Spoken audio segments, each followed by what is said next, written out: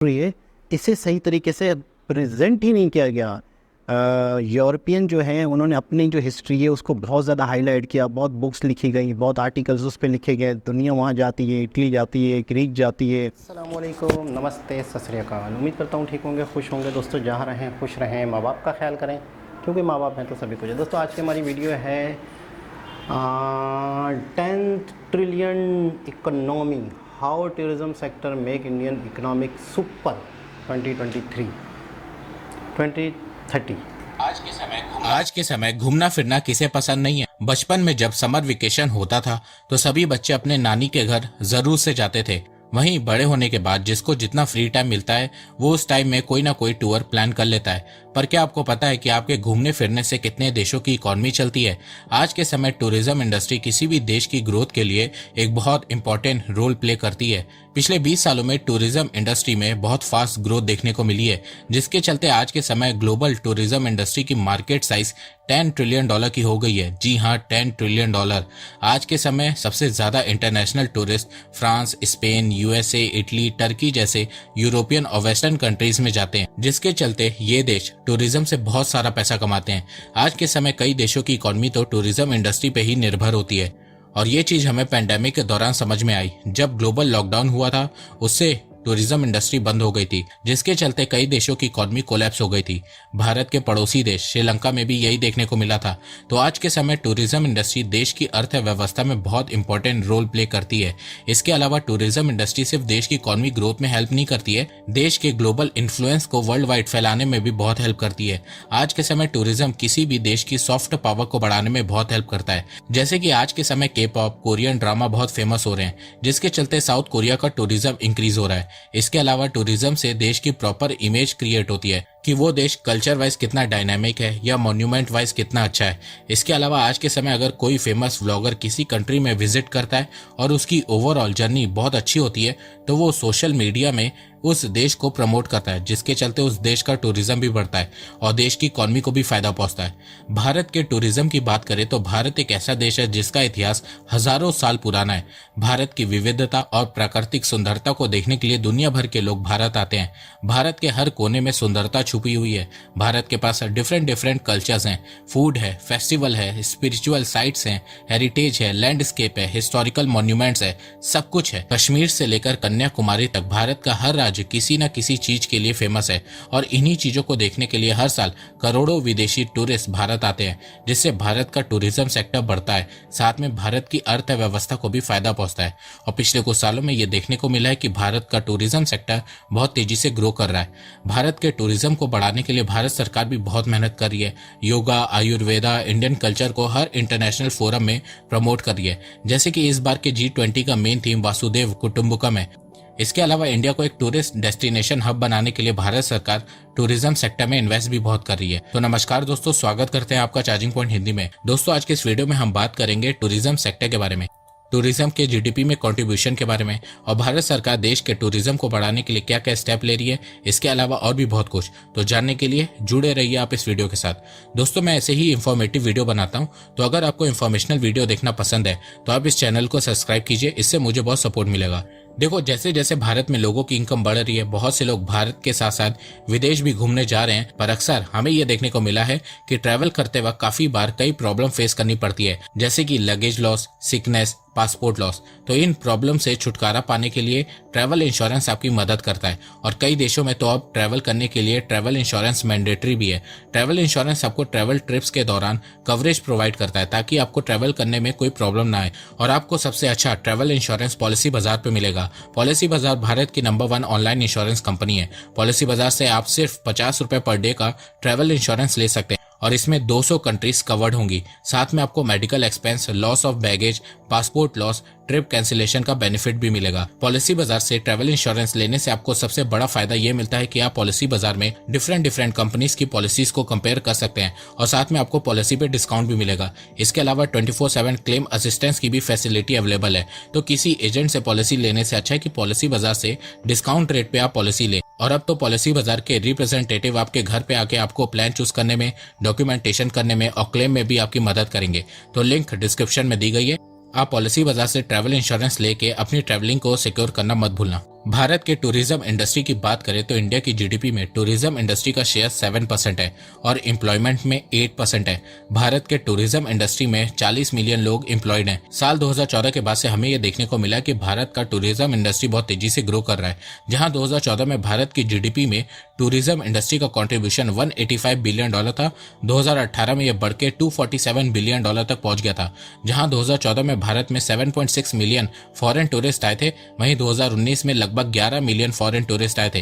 पर पेंडेमिक के चलते 2020 से 2022 तक ग्लोबल टूरिज्म इंडस्ट्री इफेक्ट हुई थी, जिसके चलते भारत का टूरिज्म सेक्टर भी इफेक्ट हुआ था। पर 2022 से भारत की टूरिज्म इंडस्ट्री वापस से रिवाइव होना शुरू हो गई है। 2022 में भारत में 6.2 मिलियन फॉरेन टूरिस्ट आए थे, जो 2019 के मुकाबले तो कम थे, पर 2023 में भारत में फॉरेन टूरिस्ट में 106% का राइज देखने को मिला है। उम्मीद लगाई जा रही है कि 2023 में भारत में 13 मिलियन फॉरेन टूरिस्ट आएंगे, क्योंकि इस साल भारत G20 को होस्ट कर रहा है, जिससे भारत का टूरिज्म सेक्टर बहुत बूस्ट होगा। इसके अलावा पेंडेमिक के चलते टूरिज्म इंडस्ट्री का कंट्रीब्यूशन भारत की जीडीपी में कम हुआ था, वो अब वापस से बढ़ने लगा है। इसके अलावा भारत की रैंकिंग भी travel and tourism competitive index में बेटर हो जाएगी। इस समय भारत की rank travel and tourism competitiveness index 2021 के अनुसार 140 कंट्रीज में से 54 है। पेंडेमिक से पहले इंडिया की रैंक 34 थी, पर इस समय भारत की जो 54 वाली रैंक है वो 2021 के अनुसार पे है। 2023 में जब रैंकिंग वापस से अपडेट होगी तो भारत की रैंक भी कम हो जाएगी। ऐसा इसलिए क्योंकि इस साल भारत G20 को होस्ट कर रहा है। इसके अलावा देखा जाए तो टूरिज्म सेक्टर से इंडिया के फॉरेन रिजर्व को भी बहुत फायदा पहुंचता है।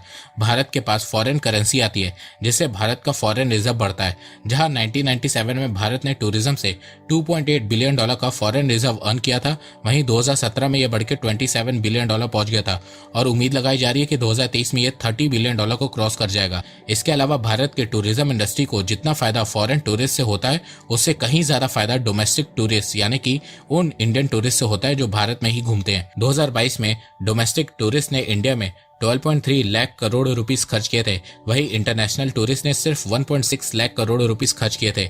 इस साल 2023 में उम्मीद लगाई जा रही है कि डोमेस्टिक टूरिस्ट इंडिया में 12.6 लाख करोड़ रुपीस खर्च करेंगे और इंटरनेशनल टूरिस्ट 2 लाख करोड़ रुपए खर्च करेंगे और नेक्स्ट 10 ईयर्स में इंडिया में domestic tourist 28.7 lakh crore rupees खर्च करेंगे, वहीं international tourist 4.1 lakh crore rupees खर्च करेंगे। अब आप लोग सोच रहे होंगे कि डोमेस्टिक टूरिस्ट इतना पैसा कैसे खर्च करेंगे, तो देखो भारत की पर कैपिटा हर साल बढ़ रही है। भारत में मिडिल क्लास बढ़ रहा है, लोगों की इनकम बढ़ रही है, जिससे लोगों की स्पेंडिंग पावर बढ़ रही है और इससे भारत में डोमेस्टिक टूरिस्ट के नंबर भी बढ़ रहे हैं, जो अपनी ट्रैवलिंग के दौरान अच्छा खासा पैसा खर्च करते हैं। इसके अलावा फ्यूचर में भारत के टूरिज्म इंडस्ट्री की ग्रोथ में टेम्पल टूरिज्म भी बहुत इंपॉर्टेंट रोल प्ले करने वाला है। ऐसा इसलिए क्योंकि भारत के टूरिज्म में 60% share religious and spiritual tourism का है। भारत में बड़ी मात्रा में लोग रिलीजियस एंड स्पिरिचुअल टूर करते हैं। According to ministry of tourism 2022 के अनुसार 14.33 करोड़ इंडियन टूरिस्ट और 64 लाख फॉरेन टूरिस्ट भारत में रिलीजियस प्लेसेस में घूमने आए थे, जिससे रिलीजियस टूरिज्म से 2022 में 1.34 लाख करोड़ रुपीस की अर्निंग हुई थी। भारत में स्पिरिचुअल टूरिज्म बहुत तेजी से बढ़ रहा है। 2023 में अनुमान लगाया गया है कि 70% इंडियन ट्रैवलर्स स्पिरिचुअल टूर करेंगे। भारत में टेम्पल टूरिज्म को बूस्ट करने के लिए भारत सरकार बहुत काम कर रही है, जैसे कि भारत के कुछ स्टेट जैसे कि उत्तर प्रदेश, उत्तराखंड, तमिलनाडु, ओडिशा, गुजरात, पंजाब, झारखंड, मध्य प्रदेश में बहुत सारे पुराने और फेमस रिलीजियस टेम्पल हैं, तो इन जगह पे इंफ्रास्ट्रक्चर को बेटर कर रही है। जैसे कि पहले वाराणसी में पुअर इंफ्रास्ट्रक्चर के चलते काशी विश्वनाथ के दर्शन के लिए सिर्फ साल भर में 80 लाख लोग आते थे, पर जब से काशी विश्वनाथ कॉरिडोर बना है, साल भर में 7 करोड़ लोग दर्शन के लिए आ रहे हैं। इसी तरह पहले केदारनाथ में हर साल सिर्फ 4 से 5 लाख लोग ही दर्शन करने के लिए जाते थे, पर जब से केदार घाटी की रिकंस्ट्रक्शन हुई है, तब से अब एक साल में 15 लाख डिवोटीज केदारनाथ जाते हैं। इसी तरह अयोध्या में राम मंदिर के साथ साथ 40 टूरिस्ट स्पॉट को आइडेंटिफाई किया गया है, जिससे अयोध्या का टूरिज्म बढ़ सके।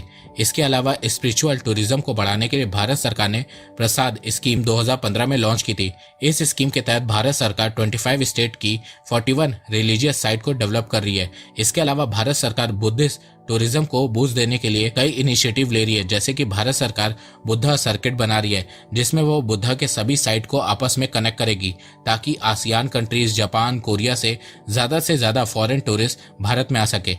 टेम्पल टूरिज्म के अलावा फ्यूचर में मेडिकल टूरिज्म भी भारत के टूरिज्म इंडस्ट्री की ग्रोथ में बहुत इंपॉर्टेंट रोल प्ले करने वाला है। मेडिकल टूरिज्म भारत का एक ग्रोइंग सेक्टर है। भारत में मेडिकल ट्रीटमेंट वेस्टर्न कंट्रीज के मुकाबले काफी सस्ता होता है, जिसके चलते विदेशों से बहुत से लोग भारत में ट्रीटमेंट करवाने आते हैं। हर साल भारत में 2 मिलियन पेशेंट डिफरेंट रीजन से इलाज करवाने के लिए आते हैं और इससे भारत का फॉरेन रिजर्व को भी $4 बिलियन का फायदा होता है। मेडिकल टूरिज्म का मार्केट साइज $7.4 बिलियन का है। पर जिस तरीके से भारत में high quality health care service बढ़ रही है और साथ में गवर्नमेंट का सपोर्ट भी बढ़ रहा है, फ्यूचर में भारत का मेडिकल टूरिज्म भी तेजी से ग्रो करने वाला है। 2023 से 2029 के दौरान मेडिकल टूरिज्म एवरेज 19.2% से ग्रो करने वाला है और 2029 तक इंडिया का मेडिकल टूरिज्म की मार्केट साइज $25 बिलियन के अराउंड हो जाएगी और इंडिया मेडिकल टूरिज्म का लार्जेस्ट डेस्टिनेशन बन जाएगा। देखो, अगर भारत को अपनी टूरिज्म इंडस्ट्री को बढ़ाना है तो उसके लिए भारत को अपने इंफ्रास्ट्रक्चर को स्ट्रॉन्ग बनाना होगा, जिससे टूरिस्ट को एक प्लेस से दूसरे प्लेस जाने में आसानी हो सके।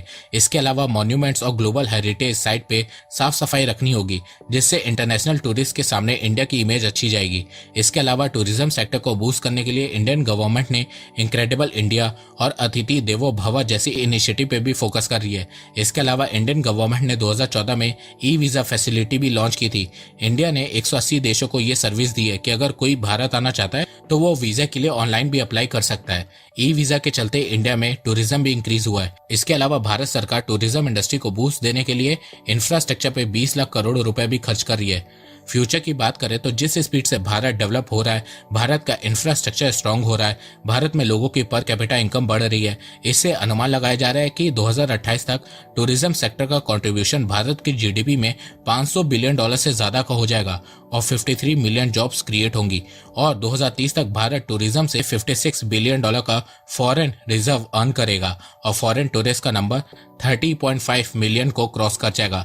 देखो, अगर भारत को $10 ट्रिलियन की इकोनॉमी बनना है तो उसके लिए टूरिज्म सेक्टर का बहुत बड़ा योगदान होने वाला है, क्योंकि टूरिज्म सेक्टर एम्प्लॉयमेंट जनरेट करता है, फॉरेन रिजर्व को बढ़ाता है। इसके अलावा भारत में लोग सिर्फ घूमने के लिए नहीं आते हैं, हेल्थ के लिए भी आते हैं, तो उससे मेडिकल टूरिज्म भी बढ़ता है, जिससे ओवरऑल इंडियन इकोनॉमी को ही फायदा पहुंचता है। तो दोस्तों, आपको ये वीडियो कैसा लगा आप मुझे कमेंट सेक्शन में बताइए और हाँ, आप पॉलिसी बाजार से ट्रैवल इंश्योरेंस लेना मत भूलिएगा, लिंक डिस्क्रिप्शन में दी गई है। तो दोस्तों, मुझे लगता है कि अब आपको जी जनाब, इस पूरी वीडियो में शायद एक चीज़ का जिक्र नहीं किया गया, जो कि शायद किया गया वो तो मैं सुनने से रह गया।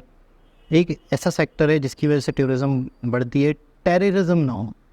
सबसे मेन चीज़ है टेररिज्म, सबसे मेन चीज़ है हालात, सबसे मेन चीज़ है वहाँ की कंडीशन, स्टेबिलिटी, वहाँ पे कंडीशन क्या है। तो हमारे यहाँ पे बहुत सारी ऐसी जगह हैं, बहुत सारे ऐसे इलाके हैं जहाँ पे लोग घूमने आ सकते हैं, लेकिन हमारे यहाँ हालात ऐसे नहीं हैं। लोगों के दिलों में खौफ है, लोग पाकिस्तान आते हुए खौफ ज़्यादा होते हैं।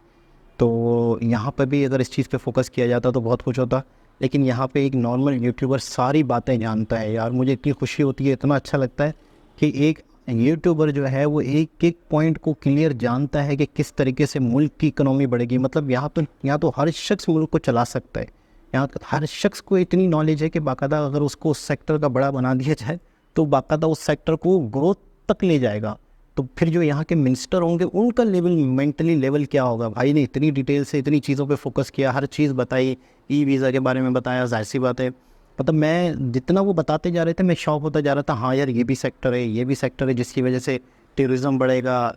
इंडिया में वाकई ही जो रिचुअल साइट्स हैं, टेम्पल्स हैं, वो वाकई अपने आप में एक मोन्यूमेंट्स है, बाकायदा दुनिया देखने आती है।